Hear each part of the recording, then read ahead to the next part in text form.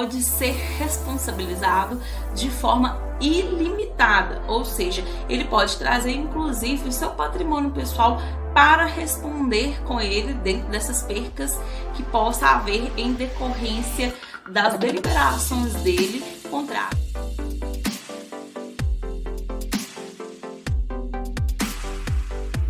sócios limitada, ela sofre algumas peculiaridades da legislação. Elas eu vou destacar 4, da qual na prática são as mais comuns de se acontecer.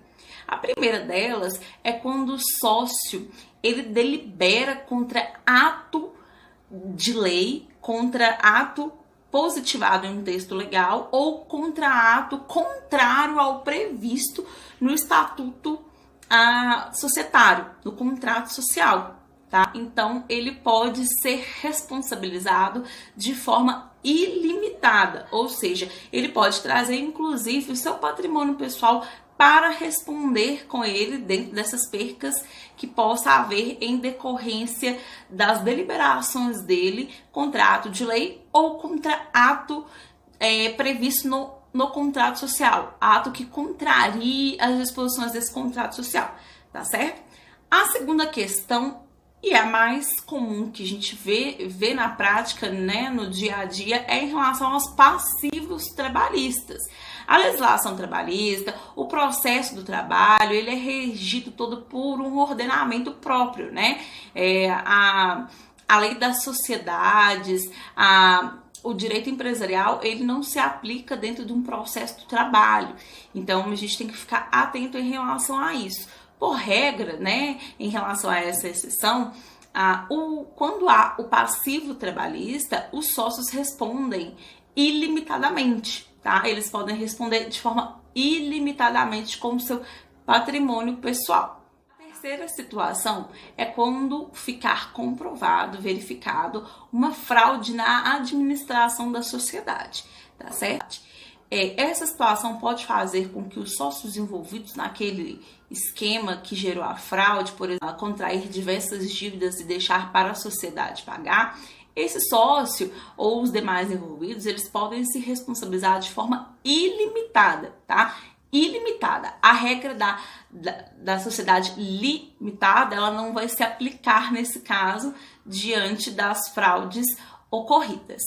E a última situação que eu gostaria de ponderar com vocês é em relação à confusão patrimonial. Essa é muito comum, é quando o sócio ele confunde o seu patrimônio com o patrimônio da empresa e quando ele vê, ele já está fazendo pagamento de débitos, de dívidas pessoais com o passivo da empresa e acontece de fato a confusão patrimonial. Ele não consegue fazer essa separação do que é patrimônio empresarial do que patrimônio pessoal. E para o direito empresarial, se ele não consegue fazer isso dentro da própria sociedade empresarial, então não há o que se falar em dividir as responsabilidades dentro dessa situação. O direito ele entende que nessa situação os patrimônios eles se comunicam, portanto o sócio passa a responder de forma ilimitada, tá? Ilimitada.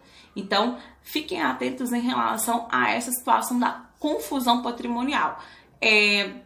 Pode acontecer uma vez ou outra, dependendo de uma necessidade, uma situação, uma circunstância da qual o sócio se encontra de fazer algum tipo de utilização do crédito da empresa para arcar com alguma dívida, né? E vice-versa.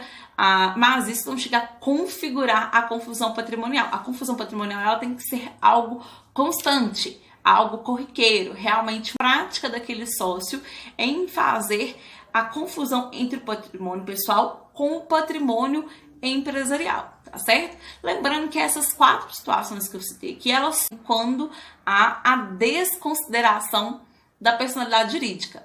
Esse é um outro tema que eu vou falar para vocês ainda.